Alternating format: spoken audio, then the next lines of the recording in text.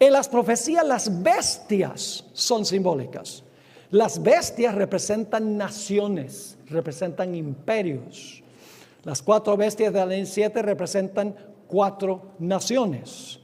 El león representa Babilonia, etc. En Daniel 8, el carnero representa Medo-Persia y el macho cabrío representa el reino de Grecia. En Apocalipsis 13, la bestia que se levanta de la tierra representa los Estados Unidos. ¿Y saben lo que dicen los futuristas? Dicen que la bestia que se levanta de la tierra representa un personaje, una sola persona. Eso viola los principios de interpretación profética de los símbolos, porque los símbolos, una persona no representa una persona. En realidad, esa profecía, la bestia representa una nación, porque en toda la Biblia bestias representan naciones. Y en Apocalipsis 11, la bestia que se levantó del abismo representa Francia, que se levantó en la Revolución Francesa, un poder satánico que vino de abajo. Crucificaron la Biblia, entronizaron a la diosa de la razón. Eso es lo que se describe en Apocalipsis el capítulo 11.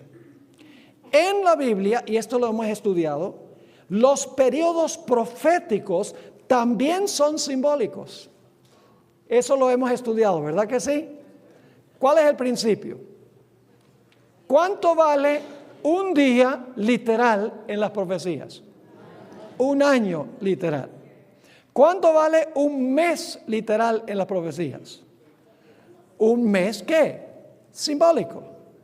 Es decir, mis hermanos y hermanas, que en las profecías, cuando usted encuentra un número en las profecías, un periodo de tiempo, tiene que aplicarle el principio: un año equivale, un día equivale a un año.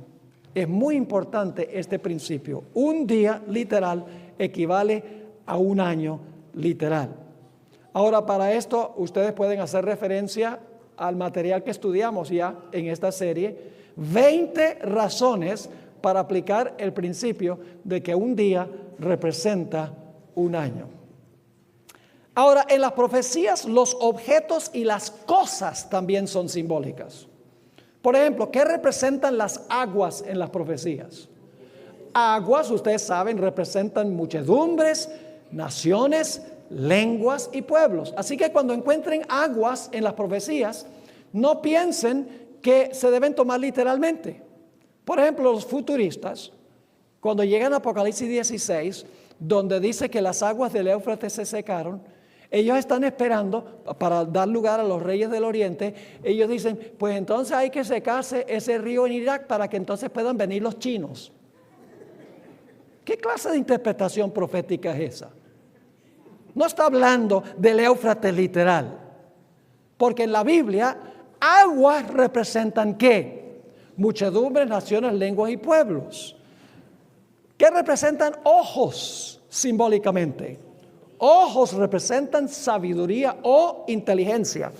Y les doy un ejemplo. En tiempo de graduación, uno a veces va a comprar una tarjeta de graduación para alguien. ¿Y qué animal aparece como símbolo de sabiduría en la tarjeta? Un búho. ¿Acaso el búho es súper inteligente? Debería ser una serpiente, porque Jesús dijo debemos ser sabios como serpientes. ¿Qué tiene el búho que da la impresión de que es muy inteligente? Unos ojotes bien grandotes, ¿verdad que sí? Es decir, los ojos, aún en nuestra forma de hablar, es un símbolo vivo todavía. Representa sabiduría o inteligencia. ¿Qué representa el fuego en la Biblia? Las llamas de fuego que se vieron en el día del Pentecostés representan ¿qué cosa? Simbolizan el Espíritu Santo. El Espíritu Santo no es fuego. Escuchen bien, el Espíritu Santo no es fuego, ni tampoco es paloma, ni tampoco es aceite, ni tampoco es viento. Son símbolos de funciones del Espíritu Santo. Tenemos que entender eso. El sol que representa en la Biblia representa a Jesús. Se levantará el sol de justicia con salvación en sus alas. ¿Qué representa la frente a donde se coloca el sello de Dios? ¿Qué tiene usted detrás de su frente? Espero que tenga un cerebro detrás de su frente. Es decir, significa que el sello de Dios se coloca en la mente de la persona. La mente le pertenece a Dios. ¿Qué representan los árboles en la Biblia? Los árboles en la Biblia representan al pueblo de Dios, pero también pueden representar a un pueblo apóstata, porque en Lucas dice que el árbol seco representa a la nación de Israel que había rechazado al Mesías. ¿Qué representa el aceite en la Biblia? El aceite representa la obra ¿de qué? Del Espíritu Santo. ¿Qué representa la vestimenta en la Biblia? El manto, ¿qué representa? El manto representa justicia, pero cuando son harapos, es decir, cuando es un manto sucio, como en Zacarías el capítulo 4, representa el hecho de que la persona no tiene ¿qué? No tiene justicia. Nuestros mantos, dice en Isaías 59, dice, son como trapos de inmundicia. Es decir, un manto sucio representa que no tenemos la justicia de Cristo. Un manto limpio significa que estamos cubiertos de la justicia de Cristo Jesús. ¿Qué representa la espada simbólicamente? Representa la palabra de Dios, según el apóstol San Pablo, y también puede representar los poderes civiles. ¿Qué representan? Cuernos en las profecías. Cuernos representan reinos o pueden representar divisiones de reinos. Los 10 cuernos, por ejemplo, en el dragón de Daniel capítulo 7, ¿qué representan esos 10 cuernos? Significa las divisiones en que se partió el imperio romano, divisiones de reino. ¿Qué representan los 2 cuernos de carnero en el carnero de Daniel 8? Representa el hecho de que esta nación se componía de ¿cuántos reinos? Se componía de 2 reinos. Una nación compuesta de 2 reinos, los medos y los persas. Ahora, ¿qué representan las estrellas simbólicamente? Pueden representar a Cristo, pueden representar a Satanás, pueden representar a los pastores de la iglesia y pueden representar a los miembros de la iglesia en general. Cuando consiguen la palabra montaña en las profecías simbólicas, ¿qué representan las montañas? Las montañas representan reinos. Y ustedes dicen, ¿dónde saca esa idea? Les doy un ejemplo nada más. En Daniel capítulo 2, dice que la roca pega en los pies de la imagen, desmenuza todo. El viento se lleva todo rastro de las naciones que establecieron los seres humanos y entonces la roca crece y llena toda la tierra. ¿Qué significa eso? Que la roca crece y se vuelve una gran montaña que llena toda la tierra. Daniel lo explica, dice que Jesús establecerá un reino universal que jamás se corromperá y el reino no será dado jamás a otro pueblo. Es decir, en la Biblia, simbólicamente en las profecías, montañas representan reinos. Ahora, en las profecías también los colores son simbólicos. Cuando encuentran un color, no pasen por alto el color. El blanco representa ¿qué? Pureza, luz, justicia. La mujer está vestida del sol. ¿Qué significa eso? Tiene mantos blancos de la justicia de Jesús. ¿Qué representa el azul? El azul representa la ley de Dios. En Números 15, 38 al 40, dice allí que en Israel la gente debía poner una orla en la parte inferior de su manto de color azul. Y dice ahí, para que recuerdes la ley de Jehová. ¿Y saben algo interesante? Hablando un momentico del poder papal. ¿Cuáles colores predominan en las ceremonias que celebra la Iglesia Católica? De los clérigos, de los ministros. La púrpura y la ¿qué? La escarlata. Escuchen bien, nunca encuentra uno que visten color azul. Muy interesante y muy diciente eso. Rojo, ¿qué significa rojo? Significa sacrificio. Puede representar la sangre derramada de Cristo o el sacrificio de los impíos al final del milenio. ¿Qué representa la púrpura? Cuando vistieron a Jesús de púrpura, ¿qué estaban diciendo? Este es un rey. pero ellos no creían que era rey. Lo vistieron de púrpura para burlarse de él. ¿Qué representa el amarillo del oro? Representa el carácter. Dios dice, te haré más precioso que el oro de marfil. Y luego el negro, ¿qué representa? De Ofir, perdón. ¿Qué representa el negro?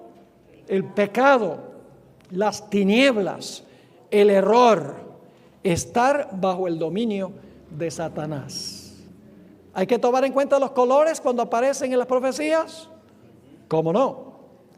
En la Biblia los lugares y las direcciones del compás son simbólicos también. Sodoma y Egipto son simbólicos.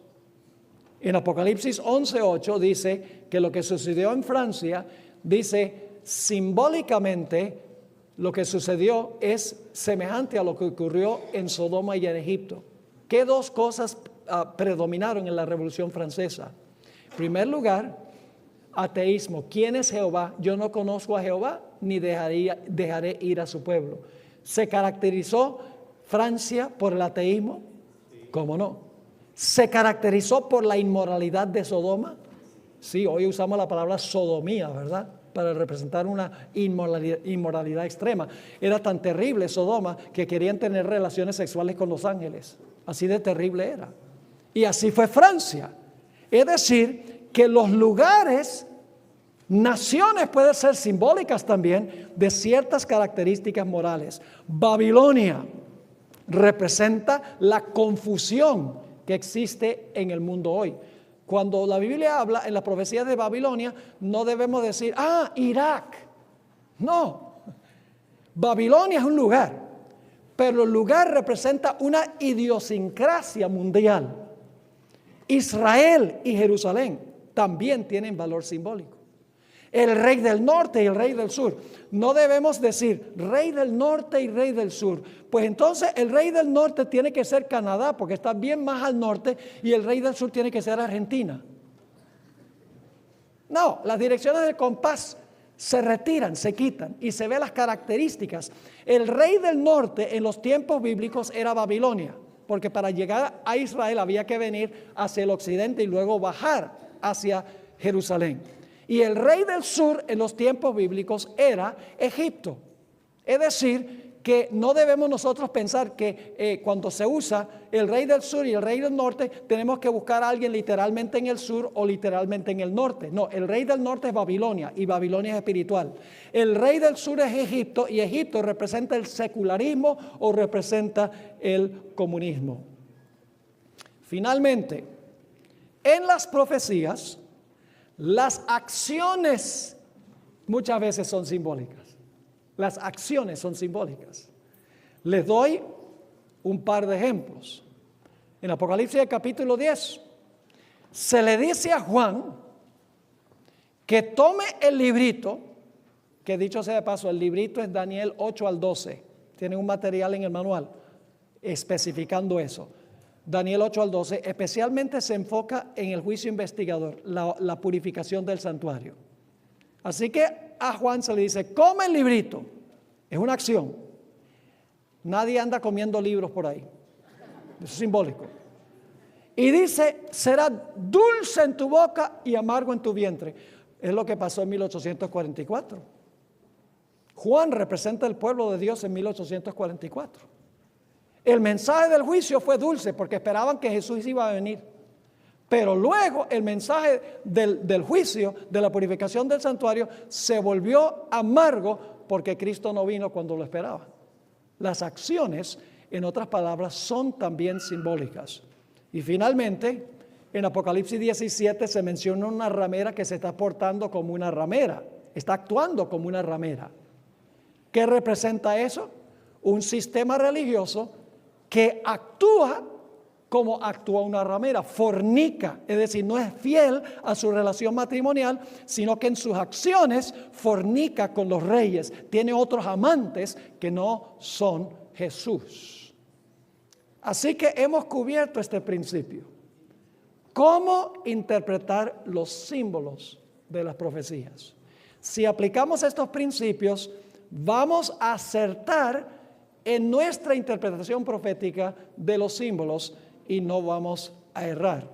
Así que, hermanos y hermanas, tomemos estos principios que hemos estudiado y apliquémoslos en el estudio de los símbolos para que nuestra interpretación profética sea confiable y para que la gente pueda entender lo que Dios está tratando de enseñar.